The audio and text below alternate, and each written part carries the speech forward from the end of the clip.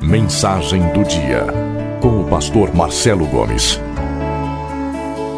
Segundo livro dos Reis, 6º capítulo, 8º verso, nós vamos ler até o verso 23. Ora, o rei da Síria estava em guerra contra Israel. Depois de reunir-se com os seus conselheiros, disse: montarei o meu acampamento em tal lugar. Mas o homem de Deus mandava uma mensagem ao rei de Israel: evite passar por tal lugar, pois os arameus estão descendo para lá. Assim o rei de Israel investigava o lugar indicado pelo homem de Deus. Repetidas vezes Eliseu alertou o rei que tomava as devidas precauções. Isso enfureceu o rei da Síria, que, convocando seus conselheiros, perguntou-lhes: vocês não me apontarão qual dos nossos está do lado do rei de Israel? Respondeu um dos conselheiros: nenhum de nós, majestade. É Eliseu, o profeta que está em Israel, que revela ao rei de Israel até as palavras que tu falas em teu quarto. Ordenou o rei: descubram onde ele está, para que eu mande capturá-lo. Quando lhe informaram que o profeta estava em Dotã, ele enviou para lá uma grande tropa com cavalos e carros de guerra. Eles chegaram de noite e cercaram a cidade. O servo do homem de Deus levantou-se bem cedo pela manhã e, quando saía, viu que uma tropa com cavalos e carros de guerra havia cercado a cidade. Então ele exclamou: ah, meu senhor, o que faremos? O profeta respondeu: não tenha medo. Aqueles que estão conosco são mais numerosos do que eles. E Eliseu orou: Senhor, abre os olhos dele para que veja.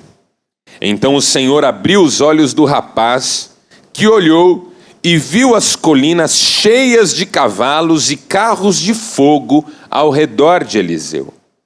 Quando os arameus desceram na direção de Eliseu, ele orou ao Senhor: fere estes homens de cegueira. Então ele os feriu de cegueira, conforme Eliseu havia pedido. Eliseu lhes disse: este não é o caminho, nem esta é a cidade que procuram. Sigam-me, e eu os levarei ao homem que vocês estão procurando. E os guiou até a cidade de Samaria. E assim que entraram na cidade, Eliseu disse: Senhor, abre os olhos destes homens para que possam ver. Então o Senhor abriu-lhes os olhos, e eles viram que estavam dentro de Samaria. Quando o rei de Israel os viu, perguntou a Eliseu: devo matá-los, meu pai? Devo matá-los? Ele respondeu: não. O rei costuma matar prisioneiros que captura com a espada e o arco? Ordena que lhes sirvam comida e bebida e deixe que voltem ao seu senhor. Então o rei preparou-lhes um grande banquete e, terminando eles de comer e beber, mandou-os de volta para o seu senhor. Assim as tropas da Síria pararam de invadir o território de Israel. Louvado seja Deus pela sua palavra.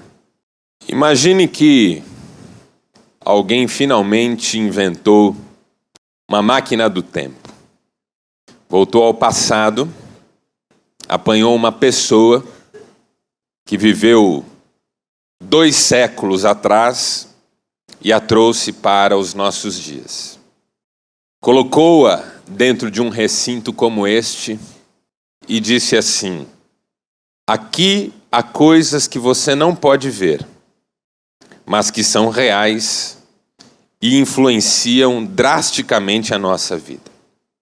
Por exemplo, se eu ligar um computador, esta máquina que você está vendo, ela identificará e poderá conectar-se a uma rede que nós chamamos de internet e que me permite acessar dados do mundo inteiro. Se eu ligar um rádio, este outro aparelho, ele sintonizará ondas que estão espalhadas por aqui, as mais diversas, que me permitirão ouvir programas que estão sendo feitos nos lugares mais distantes. Há sinais de satélite aqui. Há ondas de calor, substâncias, elementos presentes no ar. Essa pessoa vinda do passado certamente teria muitas dificuldades em compreender tudo isso. Porque ela foi formada num mundo em que nem mesmo os conceitos dessas coisas estavam presentes. Como assim rede sem fio? Como assim ondas de rádio?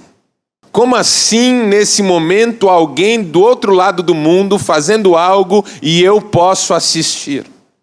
Como assim? O que nos ensina que cada época reserva as suas surpresas. Que à medida em que o tempo passa, nós vamos aprendendo lições que nós não sabíamos. Que um dia nós seremos surpreendidos por verdades que nós jamais imaginamos. Por isso a nossa mente não pode estar fechada. Por isso você nunca pode achar que sabe tudo e conhece tudo. Há coisas acontecendo aqui neste templo numa realidade que você, pelos seus sentidos, não tem acesso. Há informações aqui neste lugar que, se você não tiver o aparelho correto, você simplesmente não detecta. Mas elas fazem parte de uma realidade que você não pode negar nos dias de hoje.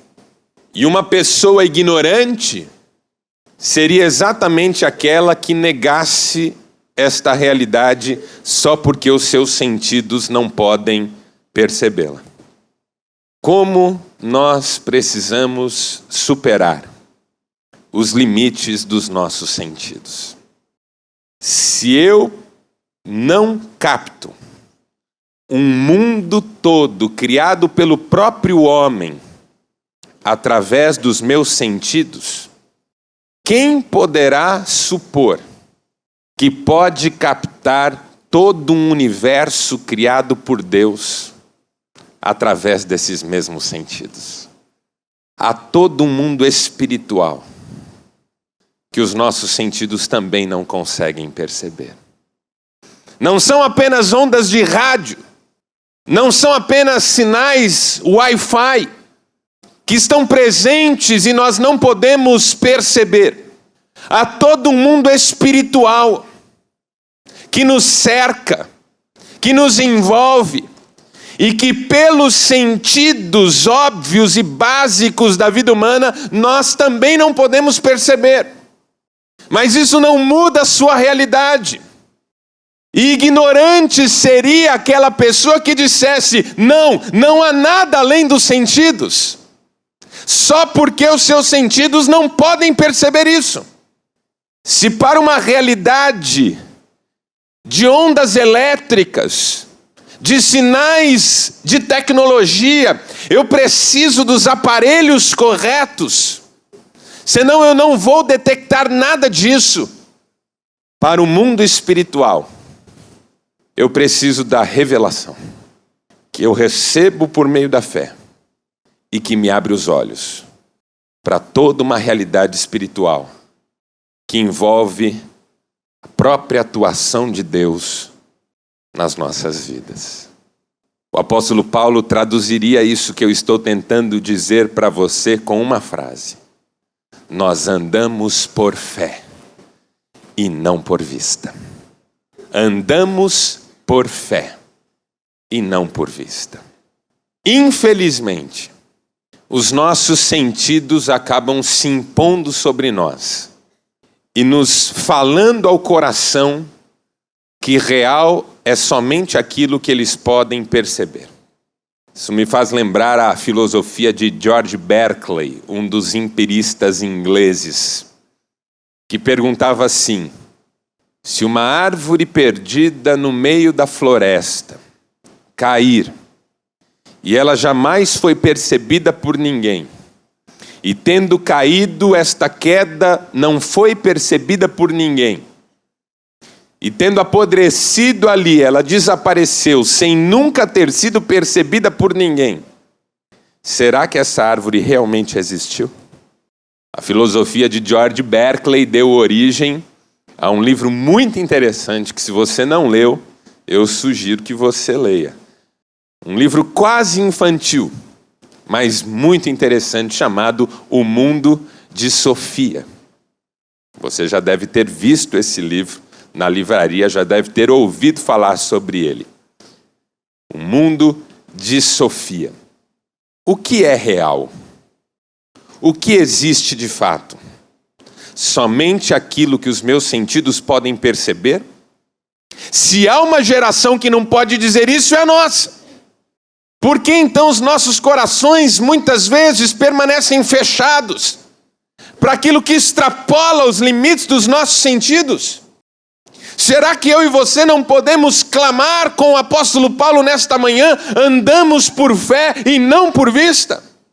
Há um mundo todo, uma realidade toda, que os nossos sentidos não alcançam, mas que faz toda a diferença na nossa história. E foi isso que o menino de Eliseu aprendeu neste dia. Eliseu profetizou no período do rei Jorão, que era filho daquele maluco do Acabe. Acabe e sua esposa Jezabel, que eu, numa pregação há algum tempo atrás, denominei o pior casal do mundo. E eu disse para você que o pior casal do mundo não é a sua irmã e o seu cunhado. Pior casal do mundo, Jezabel e Acabe. Jorão, filho do pior casal do mundo, que fez o que era mal aos olhos do Senhor, mas obviamente não conseguiu ser tão ruim quanto seu pai. Eliseu não gostava dele. Eliseu virava e mexia, o afrontava. Jorão era do PSDB e Eliseu era do PT. Não dava certo. Tem hora que Eliseu parece do PSOL, tão ardido que ele é.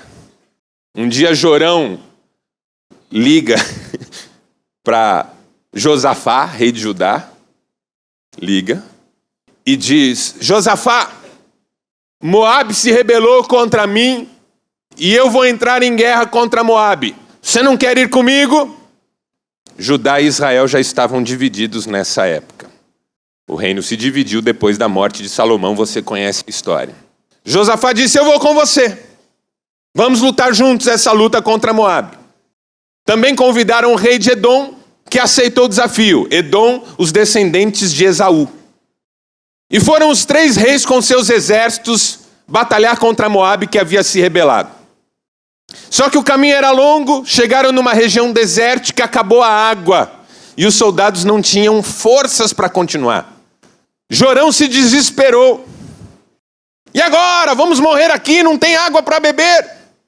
Josafá, que era mais crente que Jorão, falou: rapaz, vocês não têm profeta em Israel? Jorão disse: temos. Tem Eliseu. Josafá diz: liga para ele. O Jorão ligou para o Eliseu.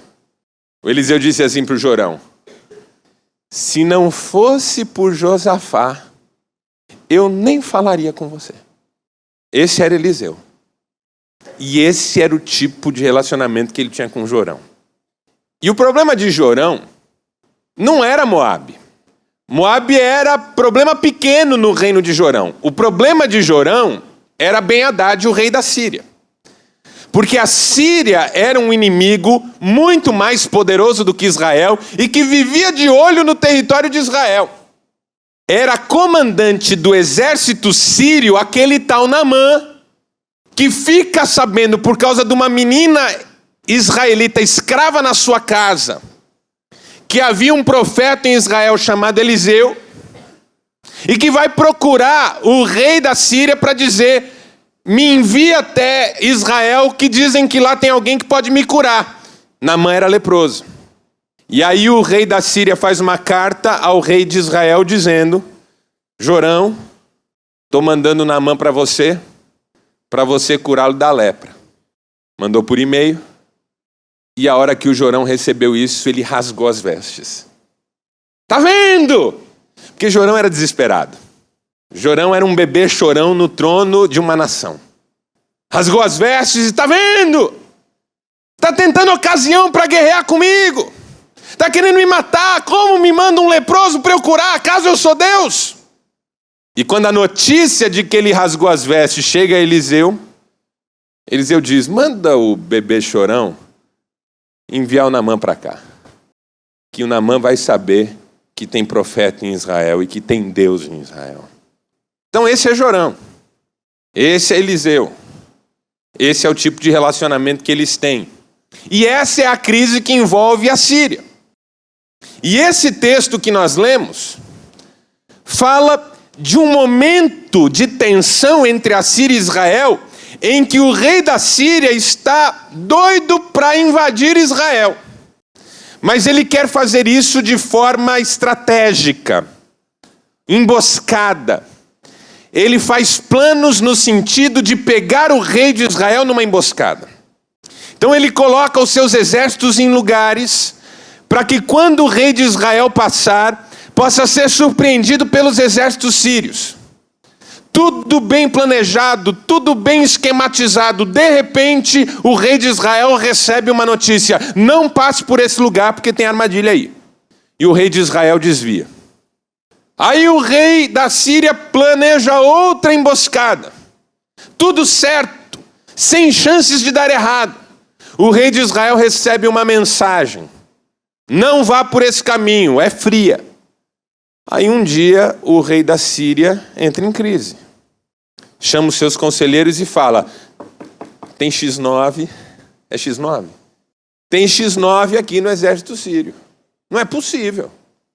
Toda vez que a gente faz um plano, o rei de Israel fica sabendo. Quem é que está entregando a gente? E alguém dentro do exército sírio, talvez alguém que sabia da história do Naamã, fala assim, olha, não é que tem cagueta, lembra dessa expressão? Cagueta. Não é que tem cagueta aqui no nosso exército. É que lá tem um profeta chamado Eliseu, que por revelação de Deus sabe até o que o rei fala no próprio quarto. Primeira história de escuta. Aí o rei da Síria tem uma ideia óbvia. A gente precisa matar esse sujeito.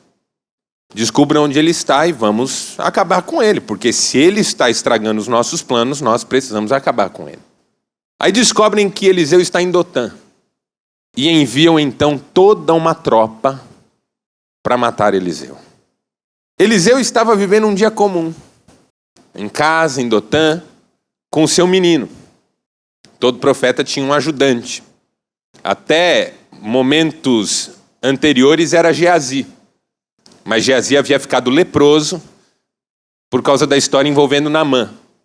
Naamã queria pagar Eliseu pela cura da sua lepra. Eliseu não aceitou. Naamã foi embora.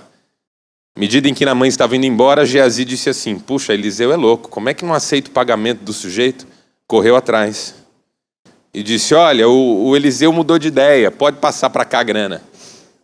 E o Naamã falou, ok, então leva para ele. Quando Geazi chegou em casa, Eliseu perguntou, onde é que você estava? Ele disse, lugar nenhum. Sabe seu filho? Seu filho chega sujo da rua. Você diz, onde é que você estava? Ele, aqui. Você sabe que é mentira. O Eliseu sabia que era mentira. O Eliseu disse, você foi atrás do dinheiro do Naamã, não é? Você gosta tanto assim das coisas do Naamã? Então vai ficar com a lepra dele também. E o Geazi ficou leproso na hora. Cuidado quando você inveja o que o outro tem. Há um versículo na Bíblia que diz, todo mundo vê a pinga que eu tomo e não vê o tombo que eu... Eu não lembro o livro agora. Inveja a coisa boa, mas não quer a coisa ruim. Então você estava interessado no dinheiro do Naamã, Geazi, vai ficar com a lepra dele também. E aí o menino Geazi some de cena. Esse menino que está com Eliseu agora, a gente não sabe o nome. E esse menino acorda de manhã, sai de casa. Sabe aquele dia que você sai de casa tranquilo e acha que a vida vai ser normal como sempre é? Mas ele olha ao redor e há centenas de soldados. Você está no apartamento ou em casa, num dia tranquilo, acorda de manhã, quando você abre a porta ou abre a janela, descobre que está tudo parado. Está tendo uma corrida de Tiradentes. Não pode sair com carro. E aí aquilo muda o seu dia. O dia de Geazi mudou de forma muito mais drástica. Havia soldados, centenas deles, ali acampados para atacar Eliseu. E aí ele volta para dentro assustadíssimo. Todos os seus sentidos aguçados. Ele viu centenas de soldados. Ele ouviu burburinhos. Sua pele deve ter mandado sinais para todo o seu corpo. Deve ter se arrepiado. Seus joelhos devem ter batido. Aquele frio no estômago ou na espinha deve ter atacado o seu corpo. Todos os seus sentidos vivenciaram aquele momento. E a conclusão que ele chegou foi: nós vamos morrer. Os seus sentidos só percebiam perigo aqui. As circunstâncias eram as piores possíveis. E ele entra em casa e diz: ah, meu Senhor, estamos perdidos. Há tropas aí fora, prontas para nos atacar. O Eliseu é extraordinário. O Eliseu diz assim: calma, calma. São mais numerosos os que estão conosco do que os que estão com eles. De onde Eliseu tira essa informação? Quando eu tinha 8 anos, 9 anos, meu pai levou a mim e ao meu irmão ao Play Center em São Paulo, onde havia, dentre os muitos brinquedos e programações, o Aquamundo, que era um lugar onde se faziam apresentações com baleias orca e golfinhos e malabaristas mergulhadores.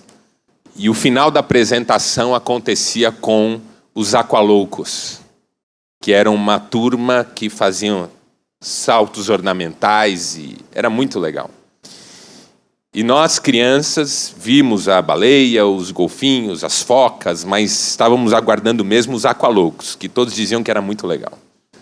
Mas antes de começar a apresentação dos Aqualoucos, um senhor que estava sentado a alguns metros de nós, um senhor grande, forte, negro, muito forte, de quando em quando se levantava em meio à programação e falava bobagens, ofendia as pessoas que estavam se apresentando, era inconveniente e gritava.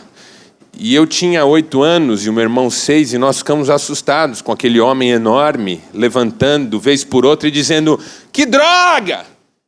Que programação horrível! Termina logo isso aí! E ofendia quem estava se apresentando, e aí alguns seguranças começaram a se reunir ali perto, e ele fazia ofensas aos seguranças, e eu senti saudade da minha fralda ali. Falei, isso aqui não vai terminar bem. E aí ele gritava, e aí alguém dos seguranças começou a gritar: fique quieto, e ele dizendo: não vou ficar quieto, isso aqui é uma porcaria. E eu disse: pai, vamos embora. Porque já havia muitos seguranças e uma confusão acontecendo. Meu pai olhou para mim e disse assim: calma, calma. E eu fiquei assustado com a calma do meu pai. E aquilo estava me apavorando porque era perto de nós e aquele homem enorme gritando. De repente um segurança disse: pois nós vamos tirar você daqui. Ele falou: vem. Eu falei: pronto. E aí os seguranças foram e partiram para cima dele, e ele se debatia, e eles agarravam, e de repente saíram com aquele homem enorme se debatendo. Aí eu disse: ufa. Mas não passaram 2 minutos. Um barulho de porta batendo, como uma porta dessa, mas muito maior.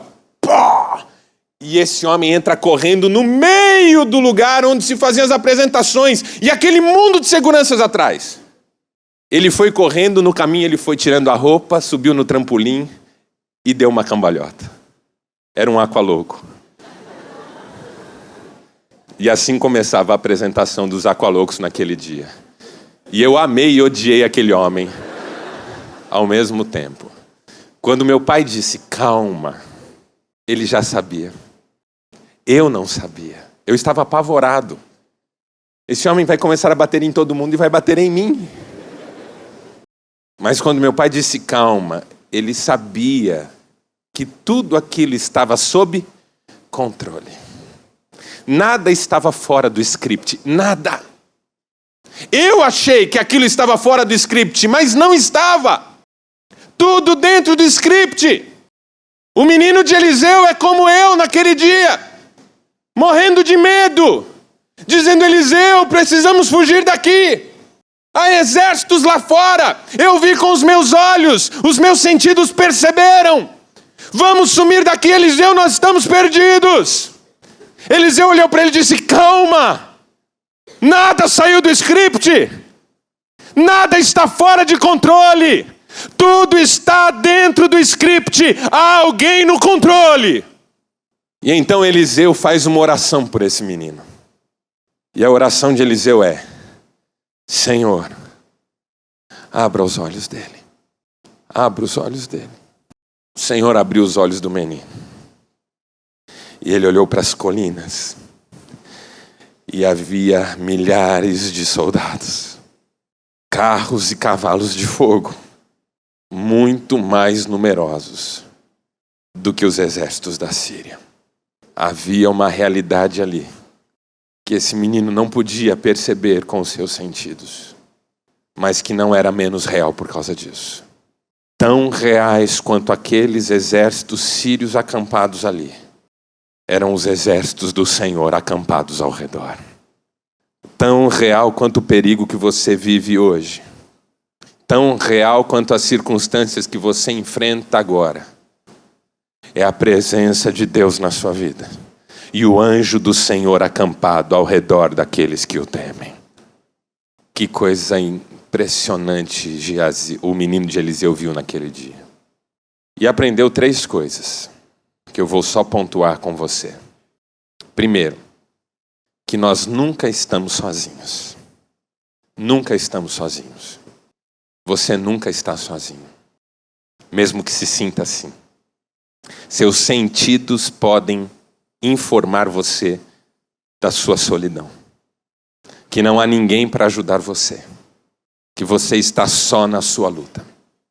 A sua fé quer que você saiba que isso não é verdade e você não está sozinho. O Senhor está com você. Nós nunca estamos sozinhos. Ainda que uma mãe abandone um filho que ainda precisa ser amamentado, o Senhor não se esquece de nós. Ainda que eu ande pelas águas, ainda que eu passe pelo fogo, o Senhor está comigo.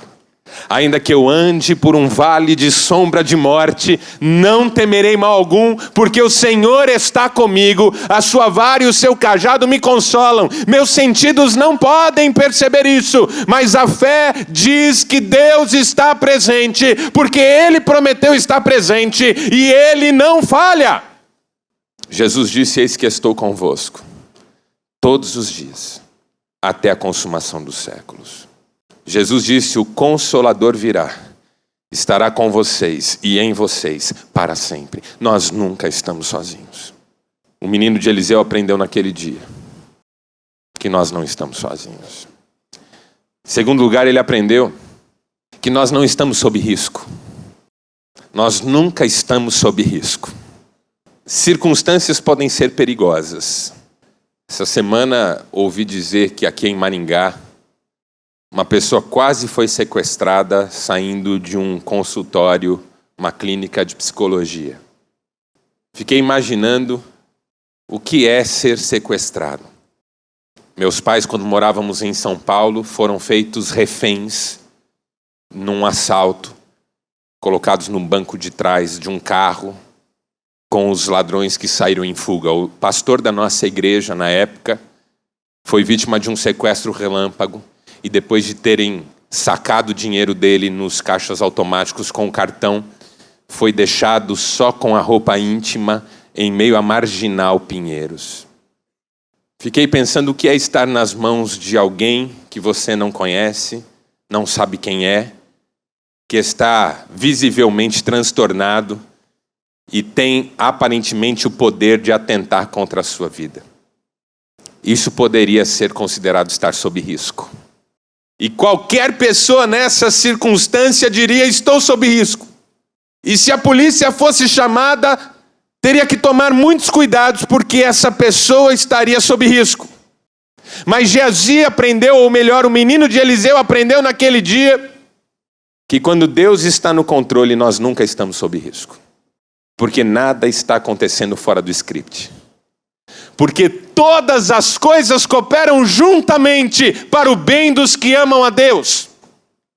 Porque a morte já não tem domínio. E ainda que alguém tente contra a minha vida, das duas uma. Deus pode fazer um milagre e eu continuar vivo. Deus pode permitir e eu continuo vivo na eternidade. Eu não estou sob risco. Porque a minha vida está segura nas mãos de Deus.